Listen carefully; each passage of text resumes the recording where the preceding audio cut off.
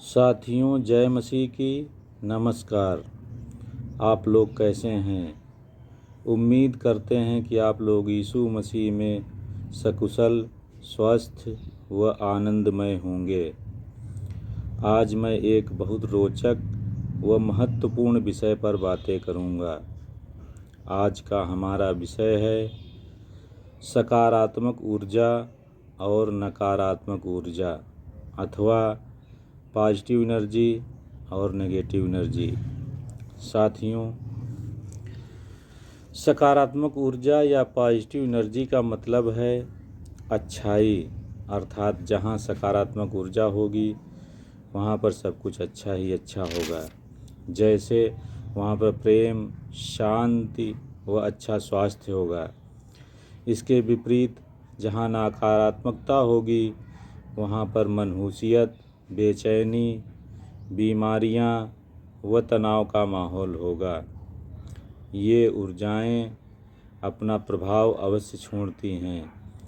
हमें सकारात्मक ऊर्जा वाले व्यक्ति के पास उठना बैठना चाहिए व नकारात्मक ऊर्जा वाले या नकारात्मक व्यक्ति की संगति से बचना चाहिए, क्योंकि नकारात्मक व्यक्ति खुद का नुकसान तो करेगा ही, वह आपका भी नुकसान करेगा और उसे पता भी नहीं चलेगा कि वह दूसरे व्यक्ति का भी नुकसान कर रहा है, क्योंकि वह अपने नकारात्मक या नेगेटिव विचारों के अनुसार ही बातचीत करेगा।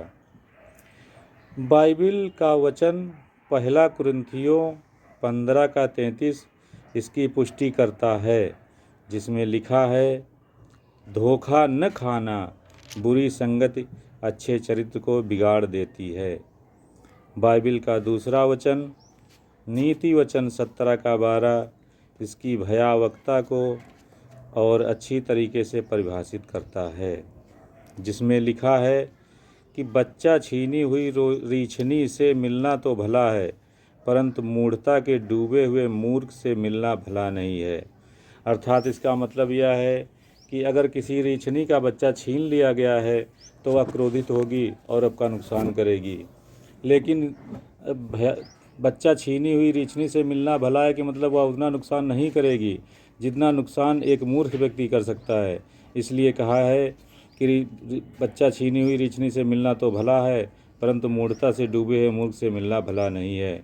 हमको हमेशा अपनी सकारात्मक ऊर्जा को बढ़ाने का प्रयास करते रहना चाहिए, जिसके लिए मेरा अपना विचार है कि हमें हमेशा सकारात्मक विचार रखना चाहिए और हमेशा सच्चाई, ईमानदारी से काम करना चाहिए और भलाई के बारे में सोचना चाहिए और भलाई करनी चाहिए।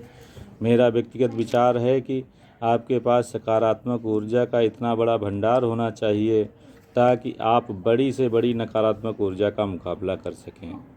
मैं अपने विचार के समर्थन में एक सफल व्यवसायी टीसी छाबड़ा जी के विचार का उल्लेख करना चाहूँगा, जिसमें उन्होंने कहा है कि मैं मानता हूं कि ग्रह हमारे ऊपर कभी कभी नकारात्मक प्रभाव डालते हैं, जिससे जीवन में कुछ समस्याएं उत्पन्न हो जाती हैं। उन्होंने कहा है कि यदि आपके पास इतनी सकारात्मक ऊर्जा हो कि आप उस नकारात्मक ऊर्जा के प्रभाव को निष्फल कर सकें, तो आपका कभी ग्रह दशा खराब नहीं होगी। यही बात वास्तुशास्त्र, राशिफल, अंकशास्त्र के बारे में भी लागू होती है। इसको दूसरे रूप में बाइबिल में उल्लेखित किया गया है।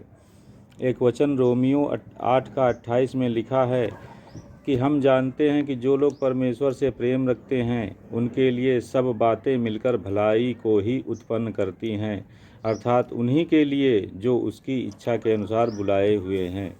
इसका मतलब यह है कि जो व्यक्ति परमेश्वर से प्रेम रखते हैं, अर्थात जो व्यक्ति परमेश्वर की इच्छा पर चलते हैं और सकारात्मक सोच रखते हैं, उनका कभी नुकसान नहीं होता है और उनका हर तरफ से अच्छा ही होता है। अब मैं थोड़ी चर्चा लॉ ऑफ अट्रैक्शन पर करता हूँ। लॉ ऑफ अट्रैक्शन या आकर्षण का नियम यह कहता है कि सकारात्मक ऊर्जा को आकर्षित करती है और नकारात्मक ऊर्जा को आकर्षित करती है। इसका मतलब यह है कि हमें सकारात्मक सोच विचार वाले व्यक्ति के साथ संगति करनी चाहिए और नकारात्मक सोच विचार वाले व्यक्ति से दूरी बनाकर रखनी चाहिए।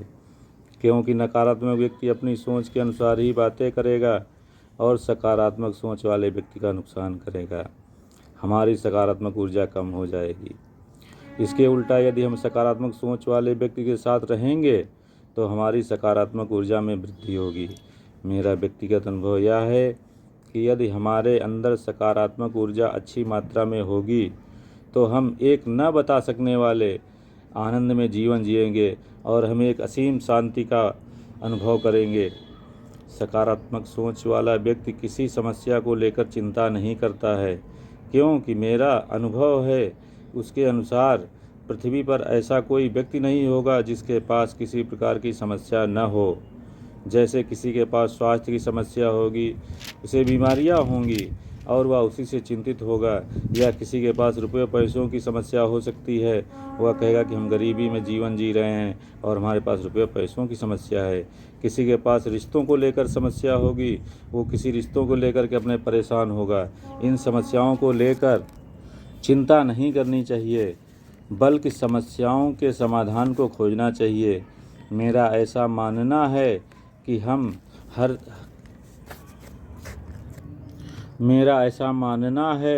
कि हर समस्या का कम से कम एक समाधान अवश्य होता है। इसका मतलब यह है कि समस्या का समाधान एक तरीके से कम होगा ही, उसके अलावा 2-3 समाधान या 2-3 समस्याओं के रास्ते और निकल सकते हैं। यदि हम समस्या को लेकर चिंतित होना बंद करके समाधान खोजेंगे तो हमारा जीवन एक बेहतरी की ओर अग्रसर होगा। अब मैं आपसे एक रिक्वेस्ट करूंगा, यदि आप मेरे चैनल पर नए हैं तो चैनल को सब्सक्राइब करें, ताकि जब भी कोई नया वीडियो अपलोड करूं तो आपके पास नोटिफिकेशन पहुंच जाए और उस वीडियो को आप देख करके आनंदित हो सकें। और यदि आपको वीडियो थोड़ा सा भी अच्छा लगा हो तो वीडियो को शेयर करें, लाइक करें। वो आप किस विषय पर वीडियो देखना चाहते हैं या किस टॉपिक को आप सुनना चाहते हैं उसके बारे में कमेंट करें। अब मैं अपना वीडियो समाप्त करूंगा।